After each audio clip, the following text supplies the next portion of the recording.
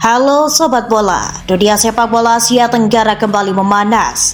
Kali ini Filipina bikin geger jagat maya usai mengalahkan timnas Indonesia dalam laga yang penuh tensi. Bukan cuma soal skor, tapi juga komentar pedas dari kubu Filipina yang menyulut emosi netizen tanah air. Breaking news, dunia sepak bola internasional dikejutkan dengan kabar mengejutkan. John Herdman resmi meninggalkan jabatannya sebagai pelatih timnas Kanada. Dan yang lebih mengejutkan lagi, ia dikabarkan sudah menjalani wawancara dengan PSSI. Di tengah gonjang-ganjing PSSI, muncul satu nama yang mencuri perhatian, Ratu Tisa. Mantan sekjen PSSI ini kembali jadi perbincangan hangat setelah muncul gerakan dukungan publik agar ia menggantikan Erick Thohir sebagai Ketua Umum PSSI.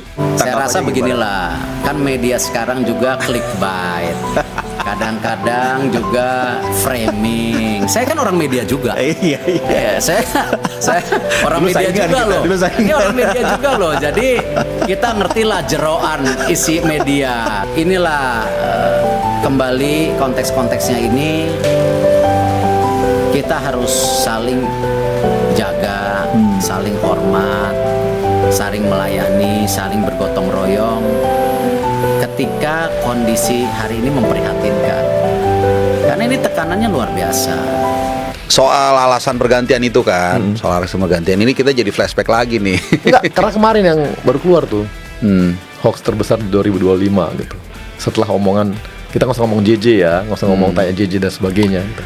Ya sebenarnya kan di luar narasi alasan pergantian itu Bang, kalau saya melihat sebenarnya gini, saya selalu menarasikan gini, tidak ada entitas di ini. Kalau kita debat soal isu ruang ganti ini bisa debat kusir sih, walaupun sebenarnya udah ada bantahan statement dari Verdong dan Ragnar di sebuah podcast kan. Dari sisi finansial, kan kemarin Pak Zainuddin Amali sempat mengatakan kalau mau yang mahal-mahal kita tidak punya kemampuan untuk itu kan gitu ya kemarin di interview dia terakhir. Ya kalau gitu ngapain ngambil yang mahal-mahal? Yang nggak perlu keluar duit lagi aja udah ada. Kan Sintayong tetap digaji tuh tiap itunya. Nyicil ya maksudnya.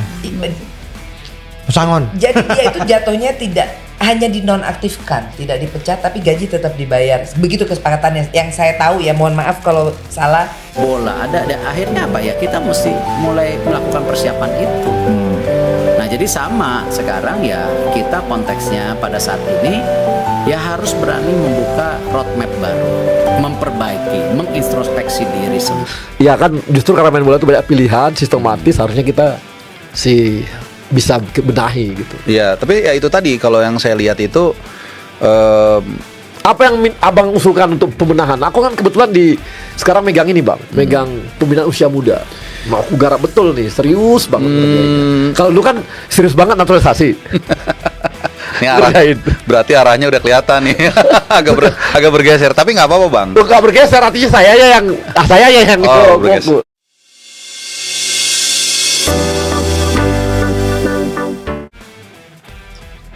Dalam laga yang digelar di Manila, Filipina berhasil menunjukkan timnas Indonesia dengan skor tipis 2-1.